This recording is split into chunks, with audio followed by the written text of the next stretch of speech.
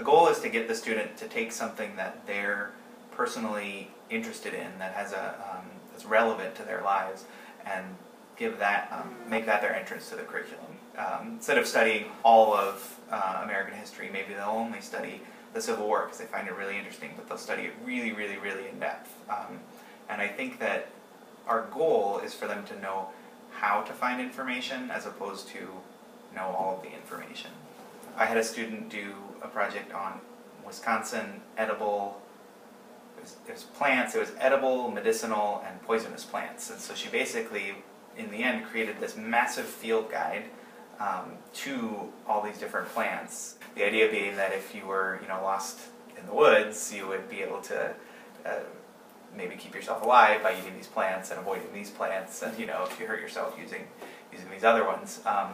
Part of what she found in the process of that was that there wasn't a good resource for that stuff, and that was what, originally she was just interested in it and wanted to research it, and then it turned into a much bigger thing of creating this guidebook herself because there really wasn't a guidebook that she could just look at. She's a real high-level student who, if she was in a traditional classroom, could just go straight through without without being challenged at all, and so when she is challenged and she gets frustrated, I can tell that something good's happening.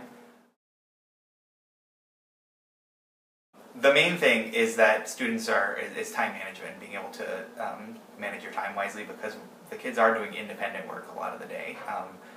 I'll be working either with a large group or one-on-one with students, but I can't watch every student all the time. So being able to not just mess around when maybe you're not being 100% supervised, being really motivated to do the work, and that comes from having relevant projects. I have a student who was in 7th grade last year and just blossomed at our school. She has attention deficit disorder, and looking back at her record from 6th grade, she had all these discipline violations and stuff because she's a really bright kid. So she was bored, and then when she was bored, she was getting distracted really easily, and the teachers took that as her, not paying attention and not participating in class and that sort of thing, and it escalated, and she just got in trouble a lot. And she never got in trouble with us. She really latched on and just worked with it. If I were to integrate project-based learning into a classroom, my number one want for that would be that it would be student-driven.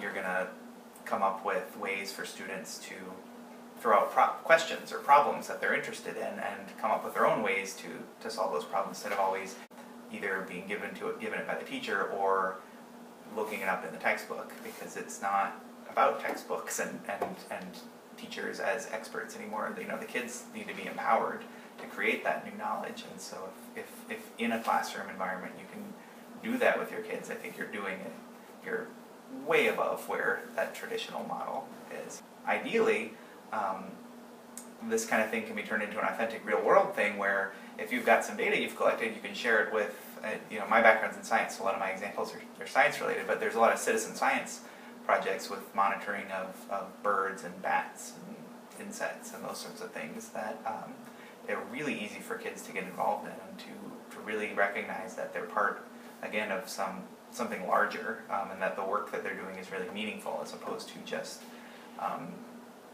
I'm doing this work because the textbook says I'm supposed to. They're doing the work because they want to, or because they're interested in it, or because it makes a difference.